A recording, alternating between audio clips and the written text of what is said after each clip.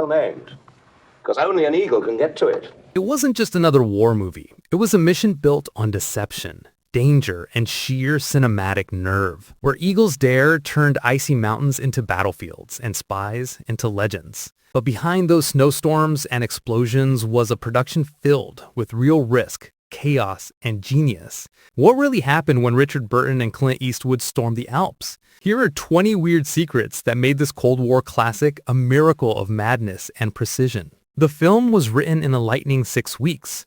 Most war thrillers take years to plan, where Eagles Dare was written in a frenzy. MGM wanted another hit like The Guns of Navarone, so they hired author Alistair MacLean and demanded a finished script in under 2 months. He did it in 6 weeks flat, inventing the entire story from scratch. The novel came later, a complete reversal of his normal process. MacLean admitted he didn't even know how it would end until the final pages. That spontaneous writing energy explains the movie's breakneck rhythm and constant twists. Every act feels improvised because, in a sense, it was. When he finally submitted the draft, studio executives were stunned. No romantic subplot, no moral message, just espionage, betrayal, and non-stop momentum.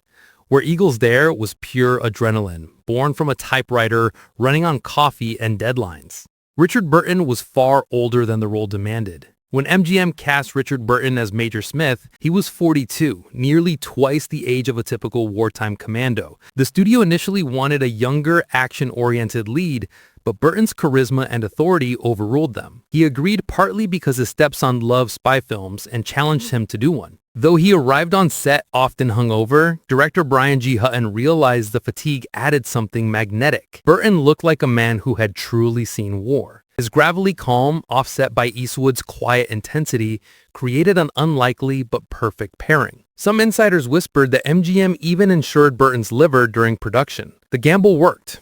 Burton's age and exhaustion gave him an icy credibility. No youthful actor could fake turning his Major Smith into a soldier carved from experience and steel. Clint Eastwood nearly quit the film. Clint Eastwood joined expecting an equal partnership. What he found was a script dominated by Burton's dialogue. His own character, Lieutenant Schaefer, barely spoke at all. Frustrated, Eastwood confronted Hutton, saying, "Let Burton talk, I'll shoot the guns." The director embraced the idea, crafting Schaefer into a cold, lethal shadow. What began as a creative compromise became the key to Eastwood's mystique. His silence, combined with the occasional dry one-liner, made him the definition of understated menace. On set, Burton's theatrical energy filled the air, while Eastwood's stillness drew attention in a different way.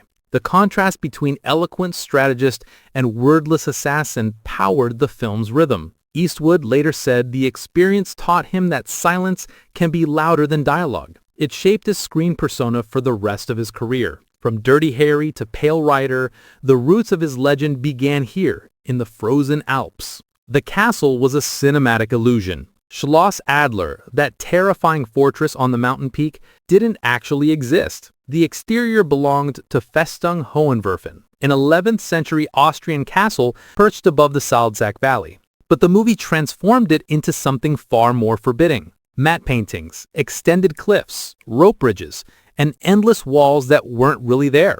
All interior scenes were shot at MGM's Boreham Wood Studios in England, where the production team built full-scale replicas of icy corridors and cable stations. Director Hutton then merged aerial footage with miniature shots to make the castle appear unreachable. The artistry was so convincing that many fans believed it was a real Nazi stronghold, until tourism to Hohenwerfen skyrocketed decades later.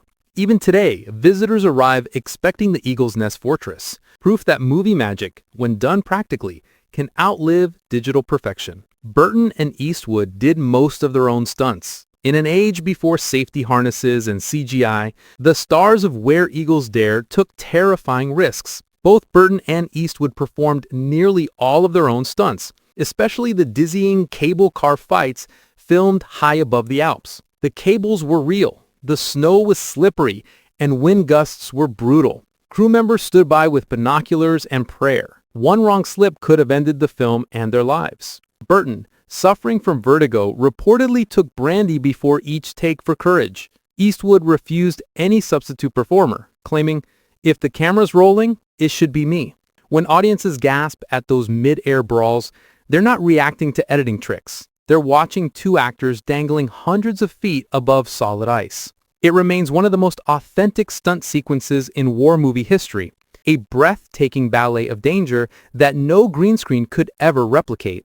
The title came straight from Shakespeare. Where Eagles Dare sounds like pure adventure branding, but it actually came from a centuries-old line in Richard III. The world has grown so bad that wrens make prey, where eagles dare not perch. MacLean borrowed it to represent elite soldiers venturing where ordinary men would never go. MGM loved the poetic weight, though international distributors were baffled. In Germany, the translation became Agenten sterben einsam, agents die alone. Some posters in Asia misread it as the eagle's lair. Despite the confusion, the phrase "where eagles dare" stuck, becoming a timeless symbol of fearless infiltration. Its literary origin gives the film an unexpected layer of nobility, a reminder that even a pulse-pounding action story can echo Shakespearean tragedy. The Alpine filming was brutal and deadly. Shooting in the Austrian Alps meant contending with freezing temperatures, avalanches, and blinding snowstorms. Casting crew often worked in 20-degree C weather, while helicopters froze mid-air. Cameras malfunctioned, lenses iced over, and transportation vehicles skidded on mountain roads. One truck nearly plunged off a cliff, saving itself only by wedging into a snowbank. Yet the crew pressed on, determined to capture authentic footage. Hutton refused to fake it in a studio, insisting that the danger on camera had to be real. Many crew members ended up hospitalized with frostbite and altitude sickness, but their endurance paid off. The film's icy realism feels painfully genuine. Every breath of frost from Burton's lips wasn't special effects, it was pure survival. The snow was actually industrial ice. Despite real snow outside, studio shots required something that wouldn't melt under bright lights. The special effects team bought industrial ice by the ton, shaved it into powder, and blasted it around the set with air cannons. Some came straight from local fish markets, giving the studio a bizarre smell. The fake blizzards were so convincing that actors often couldn't see their marks. Production assistants slipped and fell constantly. Hutton joked, "Our snow budget could have funded another movie." The technique worked. Audiences never noticed the mix of real and synthetic winter. When the camera cuts between the Austrian peaks and the indoor fortress scenes, the illusion is seamless. Behind that realism lay weeks of cleanup, frostbitten crew members, and enough fake snow to bury half of London. Elizabeth Taylor turned the set into a circus. Richard Burton's wife, Elizabeth Taylor, joined him in Austria midway through filming, and chaos followed. Paparazzi descended on the ski resort, crowding hotels and following the couple everywhere. Helicopters hovered above the set, trying to snap photos of Hollywood's most glamorous pair. Crew members complained they couldn't hear the director over the noise. MGM had to hire extra security and move several shoot days indoors. But Taylor's charm lifted spirits. She hosted small dinners, bought the crew winter gear, and even helped nurse extras suffering from frostbite. Though her presence delayed filming, it boosted morale. For one surreal week, the harsh Alpine production turned into a celebrity event. Real Nazi uniforms were used on screen. To achieve perfect authenticity, the wardrobe team sourced actual Bavarian German uniforms from collectors and surplus depots across Europe. Many were genuine SS tunics, complete with insignia. Some extras refused to wear them, feeling uncomfortable donning symbols of real oppression. Director Hutton insisted the realism mattered. He wanted the enemy to look historically accurate, not like movie villains. The decision sparked debate decades later when historians discovered certain medals and badges were original wartime relics. Today, those costumes would be locked behind glass in museums, but in 1968, they were just props. The eerie authenticity added tension that no costume reproduction could match. Eastwood kept his own weapons. After filming, when production wrapped, Clint Eastwood was gifted two of his screen-used weapons, the MP-40 submachine gun and a Luger pistol. The armorer even engraved his initials on the stocks. Eastwood kept them for decades in his private collection. Later, when he directed Firefox in 1982, he included nearly identical firearms as a quiet tribute to Where Eagles Dare. The props symbolized his transition from actor to auteur, carrying lessons from those frigid mountains into his own directing career. Fans rarely noticed the homage, but for Eastwood, it marked the beginning of his fascination with military precision and cold efficiency. The weapons weren't just souvenirs, they were relics of the film that defined his cinematic style. The violence almost earned it an X rating. British censors were unprepared for the film's brutality. Throats are slit, men are burned, and explosions rain debris on soldiers far more graphic than 1960s audiences expected. The British Board of Film Censors initially recommended an X rating, effectively limiting viewers to adults. MGM trimmed seconds from knife impacts and removed a close-up of a gunshot wound. The compromise earned an A certificate instead, allowing teens to attend. Ironically, modern restorations have reinstated all the censored footage. Today, its violence looks tame by blockbuster standards, but in 1968, it was shocking. An early example of war realism clashing with censorship boundaries. The uproar only fueled the movie's reputation as the action epic that went too far. The parachute drop was a production nightmare. That breathtaking opening, soldiers parachuting through a storm into Nazi territory, was achieved through a mix of real paratroopers and weighted dummies. The cold made everything unpredictable. Mannequins froze mid-air and hit the ground stiff as statues. A few drifted miles off course, forcing locals to call police about bodies falling from the sky. Eastwood's own jump scenes were filmed on a rig, but even then, winds nearly toppled him from the harness. It took 5 days and multiple aircraft to capture 10 seconds of footage. The results were worth it. The scene sets the tone for everything that follows. Cold, dangerous, and absolutely real. The secret codebook was genuine military property. The decoding book that Richard Burton's Major Smith flips through wasn't a prop. It was the real thing. MGM borrowed an authentic British military cipher manual used by intelligence officers during World War II. It came from a private collector who demanded strict supervision and insurance that exceeded Burton's own salary. Guards escorted the book to and from the set each day, and the crew was forbidden to photocopy or even open it off camera. Director Brian G. Hutton loved the authenticity. He said it gave the scenes a touch of real espionage. Historians later confirmed that the specific type of codebook had been used during Operation Overlord, the D-Day invasion planning. That meant the film was handling an actual artifact tied to real history. What's eerie is that during filming, some pages mysteriously went missing for 24 hours before reappearing in the props department. Whether it was a prank or theft attempt, no one ever found out. For a movie built on deception, even the props carried secrets of their own. The helicopter chase nearly ended in disaster. The film's nail-biting helicopter sequence wasn't shot on a soundstage. It was filmed high in the Austrian Alps with real pilots skimming dangerously close to jagged cliffs. The production couldn't find an insurer willing to cover the stunt, so MGM approved the shoot under the radar. Pilot John Crutzen later confessed that at one point his rotor blades were less than 6 feet from the rock face. A single gust could have ripped the aircraft apart. Eastwood and Burton, watching from below, reportedly turned pale during the first take. Director Hutton refused to use miniatures, insisting the danger has to be visible to feel real. It worked. The footage still pulses with raw adrenaline. When the helicopter finally lands in the film's finale, that relief you see on Burton's face isn't acting. It's exhaustion and genuine awe that they'd survived it. Modern directors studying practical stunts often cite this scene as a masterpiece of controlled chaos, a moment when cinema flirted with catastrophe and somehow won. Burton and Eastwood barely spoke off set. On camera, their chemistry was electric. Off camera, it was almost non-existent.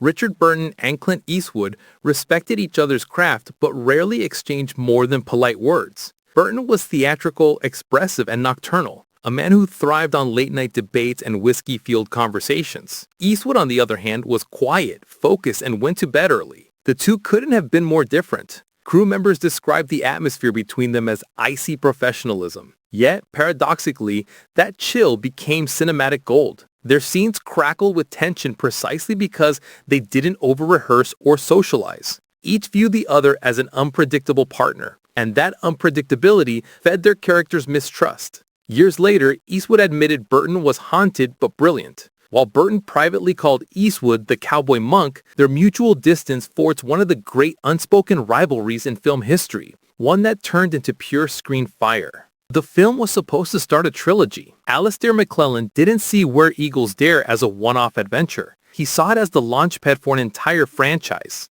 MGM loved the idea and commissioned 2 follow-up scripts tentatively titled When Wolves Hunt and The Eagle Has Flown. Each would follow Major Smith on new sabotage missions across occupied Europe, expanding his secret allied network. Early concept art even existed for a sequel set in the Norwegian fjords, but Richard Burton refused to return, claiming the first film went as far as fiction can go without madness. Without its commanding lead, MGM shelved the idea permanently. MacLean recycled some ideas years later into other novels, but the Eagles universe never took flight. Fans still wonder what that trilogy might have looked like. A darker, more cerebral counterpart to James Bond, blending espionage with brutal realism. In hindsight, perhaps it's fitting that Where Eagles Dare remains a one-of-a-kind mission, too bold to repeat, too dangerous to survive twice.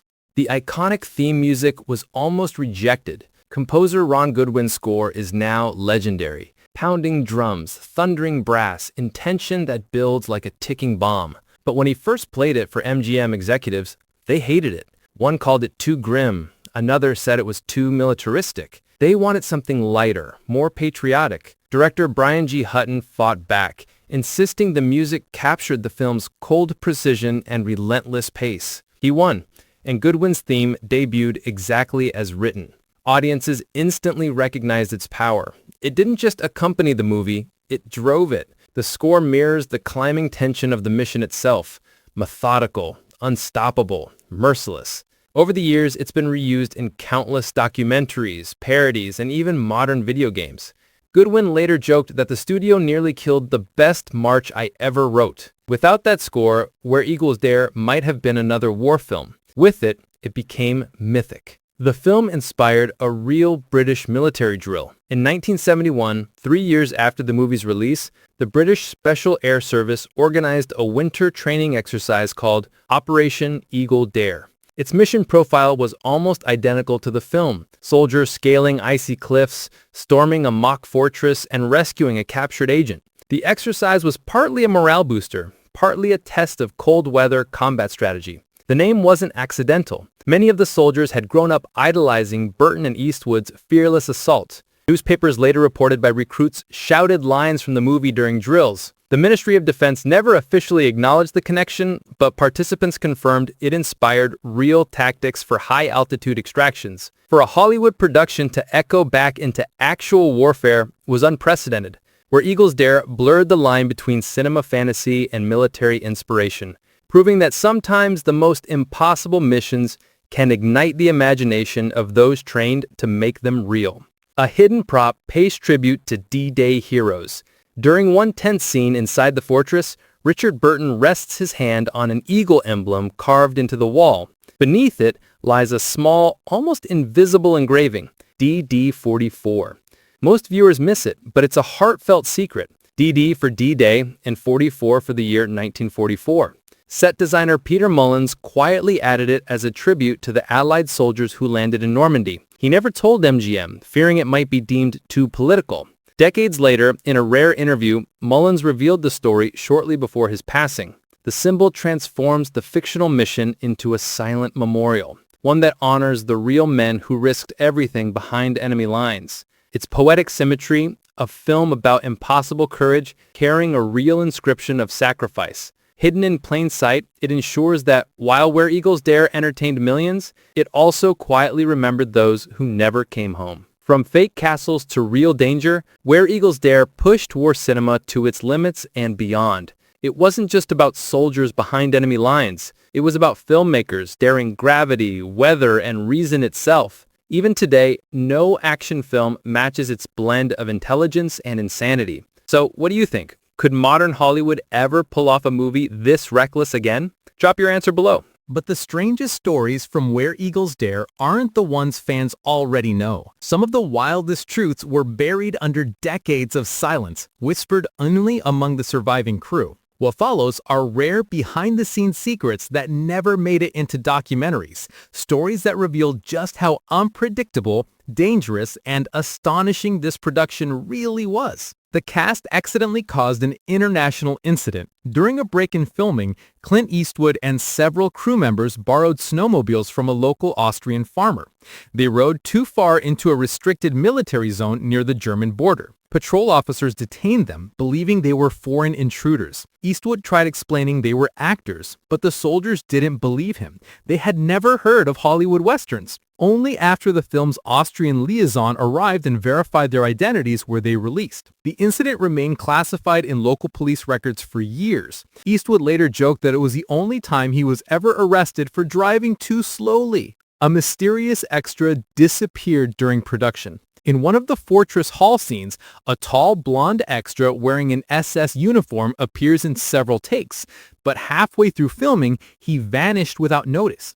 The crew couldn't find him. His paperwork was missing, and local officials claimed he never checked into any hotel. Some believed he was a real ex-soldier who volunteered just to relive old memories. Others whispered he was an undercover operative monitoring foreign productions during the Cold War. The footage with him remains in the final cut, a strange ghost preserved in celluloid. The cable car almost snapped for real. During the filming of the iconic cable car battle, engineers discovered a critical bolt had loosened overnight from wind pressure.